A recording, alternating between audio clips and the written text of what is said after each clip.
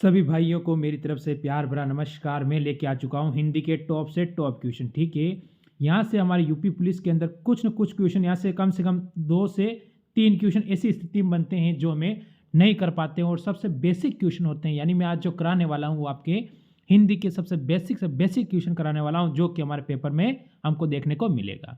अच्छा लगे तो लास्ट में एक बार वीडियो को लाइक ज़रूर करके चले जाना, क्योंकि पहला क्वेश्चन आपके सामने आ चुका है। ठीक है, श्रत्रज्ञ वर्ण है, किसके है ये वर्ण आपको बताना है। जैसे कि 3 वर्ण दिए हुए हैं आपके सामने, ये कौन से हैं? जैसे कि संयुक्त व्यंजन है, ऊष्म व्यंजन है, स्पर्श व्यंजन है, अंतस्थ व्यंजन है। तो ये कौन से व्यंजन है मेरे मित्र? तो यहाँ से हमारा उत्तर क्या हो जाएगा? तो हम जाएंगे मेरे मित्र ऑप्शन नंबर ए की ओर। ठीक है, ये सारे क्या है? संयुक्त व्यंजन है। कौन से व्यंजन है? संयुक्त व्यंजन है। इसके बाद अगला क्वेश्चन आता है, निम्नलिखित में से अयोगवाह किसे कहा गया है?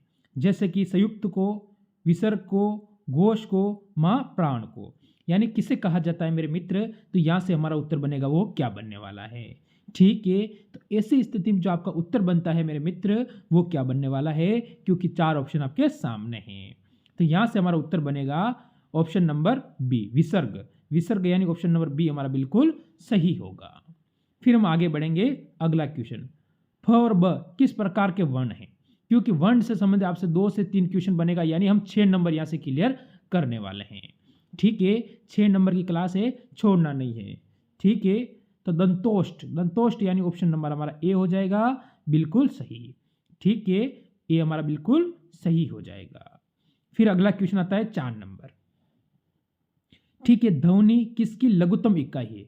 ध्वनि, जैसे हम ध्वनि आती है, जैसे शब्द है, भाषा है, वाक्य है, ठीक है, अक्षर है। तो किसकी है? जैसे वाक्य की है, भाषा की है, शब्द की है या अक्षर की है। तो ध्वनि किसकी है ये आपको बताना है।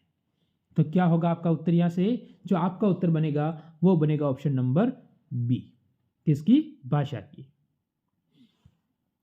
आगे बढ़ेंगे अगले क्वेश्चन की ओर। लघुत्तम वर्ग ध्वनि को कहते हैं। इसे किसे कहते हैं? जैसे कि स्वर, व्यंजन, वर्ण या शब्द को कहते हैं। तो आखिरकार ऐसे किसको बोलेंगे मेरे मित्र कि हमारा उत्तर यहाँ से सही हो जाएगा? तो किसकी ओर जाएंगे हम यहाँ से? जल्दी बता दो। तो हम जाएंगे यहाँ से ऑप्शन नंबर किसकी ओर? ऑप्शन नंबर सी की ओर। ठीक है, वर्ण बिल्कुल सही हो जाएगा। देखो यहाँ से ये क्वेश्चन बड़ा अच्छा क्वेश्चन बनेगा, 6 नंबर वाला। देखो क्वेश्चन का कहना है, वर्णमाला में मात्रा का अर्थ क्या होता है? जो हम वर्णमाला यूज करते हैं उसमें जो मात्रा होती है उनका अर्थ आखिरकार क्या होता है ये आपको बताना है। ठीक है, तो जो वर्णमाला होती है उनमें अर्थ होता है, उसका अर्थ क्या होगा कि वर्ण के उच्चारण में लगने वाला समय, जैसे मात्रा में जो हमें समय लगता है उसके हिसाब से ऑप्शन नंबर बी बिल्कुल सही है। फिर हम आगे की ओर जाएं। अगर अगला क्वेश्चन कहता है, देखिए बिना अवरोधन के उच्चरित होने वाला वर्ण कहलाता है। तो वो क्या कहलाता है? जैसे घोष, स्पर्श, स्वर या फिर व्यंजन, या आखिर क्या कहलाएगा वो आपसे पूछता है। मैं आपको हर प्रश्न में 10 सेकंड दूंगा। ठीक है, 10 सेकंड में आपको उत्तर देना है। तो हम किसकी ओर जाएंगे मेरे मित्र? हम जाएंगे ऑप्शन नंबर सी की ओर, स्वर बिल्कुल सही हो जाएगा। ठीक, फिर आगे चलो, अगला क्वेश्चन देखो, व्यंजन की परिभाषा है। व्यंजन की परिभाषा क्या होती है ये बताओ आप। व्यंजन की परिभाषा क्या होती है? स्वर की सहायता से बोले जाने वाले वर्ण। जो हम स्वर की सहायता से जो हमसे बोलते हैं उन वर्ण को हम क्या कहते हैं? व्यंजन कहते हैं। तो हम व्यंजन किसे कहेंगे मेरे मित्र? तो आप कहोगे कि स्वर की सहायता से बोले जाने वाले वर्ण, ऑप्शन नंबर बी। ठीक, फिर आगे चलो, अगला क्वेश्चन देखो, इनमें से कौन सा स्पर्श व्यंजन है? इनमें से ऐसा कौन सा है जो स्पर्श व्यंजन है? जैसे क वर्ण वर्ग, ठीक है, च वर्ग या त वर्ग। स्पर्श व्यंजन आपसे पूछा गया है, तो आप किसकी ओर जाओगे? तो आप मेरे मित्र यहां से कहोगे ऑप्शन नंबर ए, बी या सी या डी। तो आप कहोगे ऑप्शन नंबर डी, ये सभी क्या है? स्पर्श व्यंजन हो जाते हैं। फिर हम आगे बढ़ेंगे अगले क्वेश्चन की ओर। कु कौन सा व्यंजन है? ठीक है, कु है वो कौन सा व्यंजन है? जैसे कि तालव्य है, दंत है, मूर्धन्य है या कंठ है। ठीक है, तो ये कु है, ये कौन सा व्यंजन हो जाता है मेरे मित्र? तो यहाँ से उत्तर अपना क्या होगा? तो हम जाएंगे यहाँ से ऑप्शन नंबर डी की ओर, कंठ। ठीक है, कंठ व्यंजन कौन सा है ये आप कहोगे तो ऑप्शन नंबर डी। फिर आगे चलो, अगला क्वेश्चन। उच्चारण स्थान में दृष्टि से क वर्ण के सभी वर्ण क्या कहलाते हैं? जो क वर्ण है उसके जो सभी वर्ग है वो क्या कहलाएंगे? ठीक है, वर्ण है, वर्ग है क वाले, वो सारे क्या कहलाते हैं? तो आप कहोगे कंठ कहलाते हैं। कौन से कहलाते हैं? जैसे क के अंदर तो आपको पता होना चाहिए क्या क्या आता है, वो आप मेरे को कमेंट करके बताओगे। ठीक है, तो कंठ यानी ऑप्शन नंबर, कंठ यानी ऑप्शन नंबर बी बिल्कुल सही हो जाएगा। फिर हम आगे बढ़ेंगे। अगला क्वेश्चन, निम्नलिखित ध्वनियों में से बताए ये कौन सा वर्ण ओष्ठ नहीं है? ऐसा कौन सा है जो ओष्ठ नहीं है? म, प, फ या ण। ठीक है, तो कौन सा ऐसा शब्द है वो ओष्ठ नहीं है? इसीलिए मैं बोल रहा हूँ तो यहाँ से कम 2 से 3 क्वेश्चन आपके बनने वाले, यानी 6 नंबर आपके यहाँ से बन सकते हैं। तो आप कहोगे option number D. Option number D बिल्कुल सही होगा। फिर अगला क्वेश्चन देखो, निम्नलिखित वर्णों में कौन सा मूर्धन्य है? कौन सा है? जैसे कि च वाला, ज वाला, ट वाला, ज वाला। ठीक है, तो हमारा उत्तर क्या होगा? ठीक है, तो हम जाएंगे ऑप्शन नंबर सी की ओर। ऑप्शन नंबर सी यानी ट वाला बिल्कुल हमारा सही हो जाएगा यहां से। फिर आगे चलो, अगला क्वेश्चन। व्यंजनों में बताइए कौन सा वर्ण महाप्राण है? व्यंजनों में ऐसा कौन सा वर्ण है जो क्या है? महाप्राण है, ये आपसे पूछा है इसके अंतर्गत। तो जल्दी बता दो, इसमें आप क्या कहोगे? आपको पता होना चाहिए, ऐसे क्वेश्चन पेपर में पूछे ही जाएंगे, क्यों ना ऐसे क्वेश्चन हम गलत ना होने दें। ठीक है, क्योंकि ऐसे क्वेश्चन अगर गलत होंगे तो फिर प्रॉब्लम होता है। ठीक है, तो हम यहां से कहेंगे ख। ख यानी ऑप्शन नंबर हमारा बी बिल्कुल सही हो जाएगा। कौन सा सही हो जाएगा? Option number B. चलो अगले क्वेश्चन पे चलो। अगला क्वेश्चन आपके सामने आया है, देखो क्या कह रहा है। निम्नलिखित संयुक्त व्यंजन कौन से हैं? संयुक्त व्यंजन आपको बताने हैं। ठीक है, तो आप किसकी तरफ जाओगे यहां से? जल्दी बताओ। संयुक्त जो एक साथ, अभी मैंने फर्स्ट क्वेश्चन में संयुक्त का करवाया था, क्षत्री वाला, त्र और ज्ञ, ये तीनों ही क्या है? संयुक्त व्यंजन में आते हैं। ठीक है, क्या होता है? संयुक्त। ये मैंने आपको आज का फर्स्ट क्वेश्चन करवाया था, व्यंजन। क्या भी करवाया था, नहीं करवाया था? ये बताओ। आप कहोगे सर करवाया था, बिल्कुल ऑप्शन नंबर सी। ये मैंने फर्स्ट क्वेश्चन ही आपसे करवाया था और आप बोल रहे हो क्या है यार। फिर आगे चलो, अगला क्वेश्चन। निम्नलिखित में से कौन सा वर्ण नासिक्य है? कौन सा है? ज, अण, क्षत्री वाला, छ छाता वाला या प पतंग वाला? तो कौन सा होने वाला है आपको ये बताना है। ठीक है, तो आपको यह क्या कहोगे? तो यहां से जो आपका उत्तर बनेगा वो क्या बनने वाला है? ठीक है मेरे मित्र, तो आप यहां से जाओगे ऑप्शन नंबर ए की ओर। ए बिल्कुल सही हो जाएगा आपका यहां से उत्तर। कौन सा? Option number A. ठीक, आपको ध्यान रखना है, ऑप्शन नंबर ए बिल्कुल हमारे यहां से सही हो जाता है। फिर बढ़ेंगे अगले क्वेश्चन पर।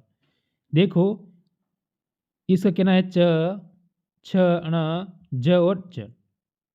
ये सब ध्वनियाँ क्या कहलाती? ये सभी ध्वनियाँ हैं वो क्या कहलाएगी? जैसे कि कंठ से आती है, मूर्धन्य से आती है, तालव्य से आती है या दंतोष्ठ से आती है। ठीक है, तो आप कहोगे तालव्य। तालव्य यानी ऑप्शन नंबर आप यहाँ से सी की ओर जाओगे। किसकी ओर जाओगे? ऑप्शन नंबर सी की ओर। ये बिल्कुल आपका सही हो जाएगा। कौन सी? च, छ, ज, ण। ठीक है, ये पांचों ही ध्वनियाँ। कौन सी ध्वनियाँ? ये पांचों ही ध्वनियाँ। फिर अगला क्वेश्चन देखो। क्वेश्चन क्या कह रहा है आपके सामने? बढ़िया क्वेश्चन, अच्छा क्वेश्चन आया है और टॉप क्वेश्चन की श्रेणी में से आप रख सकते हो, कोई कमी नहीं है। क्वेश्चन का कहना है निम्न में से अल्प प्राण वर्ण कौन है?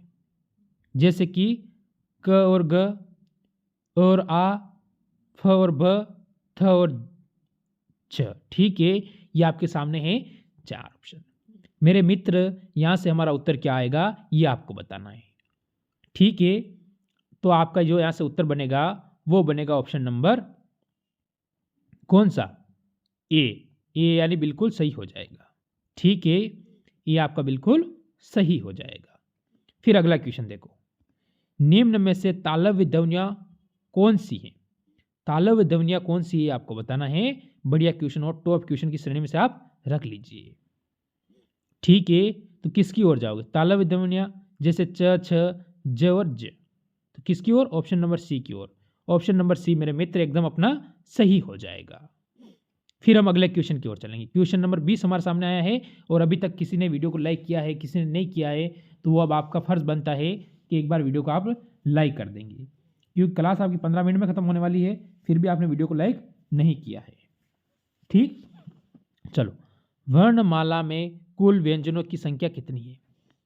वर्णमाला होती है, उसमें कुल व्यंजनों की संख्या कितनी है? जैसे कि हम कह सकते हैं 11, 45, 30 और 50। देखो, स्वर और व्यंजन होते हैं। ठीक है, स्वर एक क्या होते हैं? व्यंजन। तो इनकी संख्या आपको पता होनी चाहिए मेरे मित्र। जैसे आपको पता है टोटल वर्ण कितने होते हैं? 52। टोटल कितने होते हैं? 52 होते हैं। ठीक है, टोटल कितने होते हैं हिंदी के अंदर? 52 होते हैं। तो आप कहोगे कि हमसे पूछा है व्यंजनों की संख्या कितनी होगी?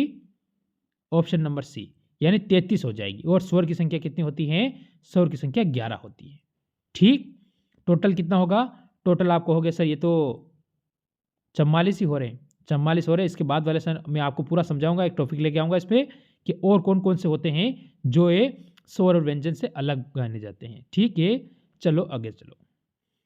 देखो, निम्न में से अघोष वर्ण कौन सा है? अघोष वर्ण। ठीक है, जैसे कि थ, ख, च, ह, इनमें से अघोष वर्ण है। अघोष वर्ण कौन सा होगा ये आपको बताना है। तो अगर हम ऑप्शन नंबर डी की ओर जाएं, जो कि क्या है? अघोष वर्ण हमारे यहां से हो जाता है। Option number D. फिर बढ़ो अगले क्वेश्चन की ओर। हिंदी में वर्णमाला में मूल स्वर कितने होते हैं?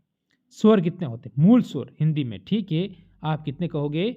6, 7, 4 या 2। तो कितने हो जाएंगे यहां से? मूल स्वर हमसे पूछा है कितने होते हैं किसके अंदर? हिंदी के अंदर। तो हिंदी में जो मूल स्वर होते हैं मेरे मित्र वो होते हैं 4। ऑप्शन नंबर सी बिल्कुल सही होगा।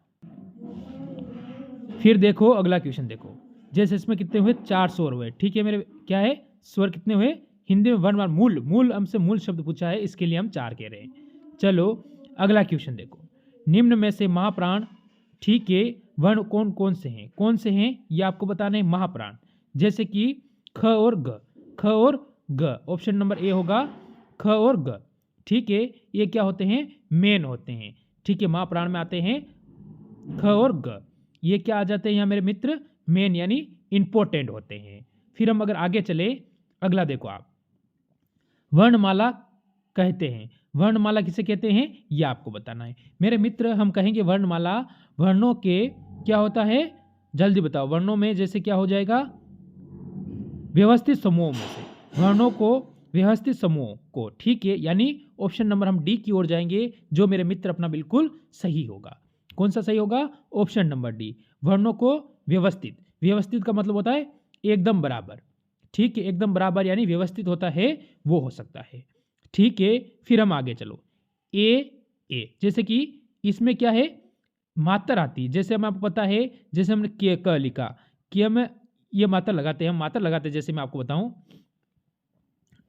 जैसे कि हम एक तो मात्रा लगाते हैं, क के हम एक मात्रा लगाई, यानी उस ए का मतलब ये है, और उस ए का मतलब है कि क के ऊपर हम 2 मात्रा लगाते हैं।